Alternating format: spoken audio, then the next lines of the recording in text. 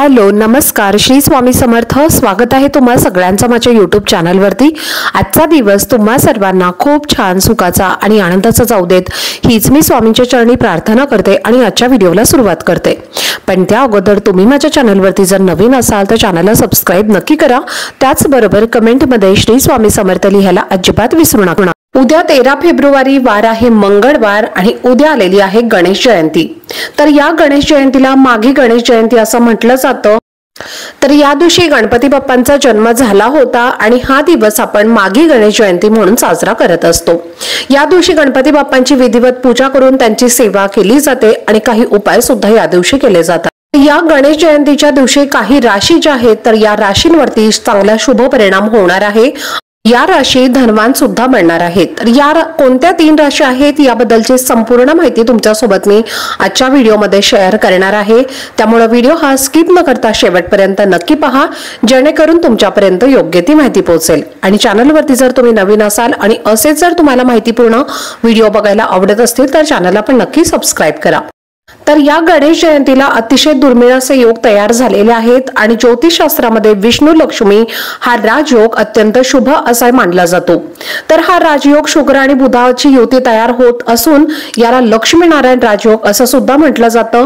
ज्या व्यक्तीच्या कुंडलीमध्ये हा राजयोग असतो तर त्या व्यक्तीला राजासारखे आयुष्य जगता येते आणि त्यासोबतच त्या व्यक्तीच्या कुंडलीमध्ये स्वतः माता लक्ष्मी विराजमान असल्यामुळे धनधान्य समृद्धी याची सुद्धा कधीही कमतरता पडत नाही। तर आज 12 फेब्रुवारी आहे। 12 फेब्रुवारीला मकर राशीमध्ये शुक्राचार्य हे विराजमान होणार आहेत आणि मकर ही शनीची रास मानली जाते। बुध आणि शुक्र हे दोनही ग्रह वैभवकारक मानले जातात आणि बुध हा बुद्धीचा तर शुक्र हा प्रेमाचा ग्रह म्हणून सुद्धा ओळखला जातो। तर या दोन्ही ग्रहांची युती आता काही राशींच्या आयुष्यामध्ये प्रेम आणि धनाचा वर्षाव करणार आहे। गडगंच्या श्रीमंतीचा योग सुद्धा या माघी गणेश जयंतीच्या दिवशी एक दिवस आधी तयार होत असल्यामुळे गणपती बाप्पा या राशींना मोदकासारखे गोड बातमी सुद्धा देणार आहेत। तर अशा कोणत्या 3 राशी आहेत ज्या राशींच्या लोकांचं नशीब हे बदलणार आहे? तर यातली पहिली रास आहे ती म्हणजे मेष राशी। मेष राशीच्या लोकांना राजयोग तयार होणार आहे आणि त्यामुळे आपल्या कर्माचं फळ त्यांना मिळू शकतं। कामाच्या ठिकाणी आपली प्रगती होण्याची चिन्ह दिसत आहेत। नोकरी व्यवसायामध्ये सुद्धा तुमची प्रगती होणार आहे। तंत्रज्ञान आणि कला यांचा सुयोग संगम हा सुद्धा जुळून आलेला आहे। विवाह इच्छुकांसाठी मनासारखा जोडीदार हा मिळणार आहे। विवाहित दाम्पत्यांनी सुद्धा एकमेकांसाठी थोडा वेळ राखून ठेवावा लागेल आणि कामाच्या ठिकाणी तुम्हाला पदोन्नती मिळेल, पगारवाढ होण्याची सुद्धा शक्यता आहे। यानंतर दुसरी रास आहे ती म्हणजे वृषभ राशी। लक्ष्मीनारायण राजयोग हा वृषभ राशीसाठी अनुकूल लाभ घेऊन येऊ शकतो। धार्मिक कार्यामध्ये आपली आवड ही वाढू शकते। वडिलांच्या संपत्तीमध्ये तुम्हाला लाभ होऊ शकतो। भाग्यस्थानातील उच्चता मंगल आणि आपल्या कष्टाचं चीज करेल। शुक्र राहूच्या कार्यांनी व्यावहारिक दृष्टिकोन सोबतच वृषभ राशीचे जे विद्यार्थी आहेत तर त्यांना बुधाचं सहाय्य कामी येईल आणि त्यांचे मुद्दे ते ठामपणे मांडू शकतील। निर्धार तुम्हाला सोडायचा नाहीये। विवाह सुख आणि मुलं मुली हे जे आहेत तर त्यांनी थोडीशी सबुरी आपल्याला ठेवायची आहे आणि गुंतवणुकीतून लाभ तुम्हाला होईल। घर जमीन या संबंधित सगळी कामे तुमची हळूहळू मार्गी लागतील। प्रवासाच्या संधी तुम्हाला मिळू शकतील। यानंतर पुढची रास आहे ती म्हणजे मकर राशी।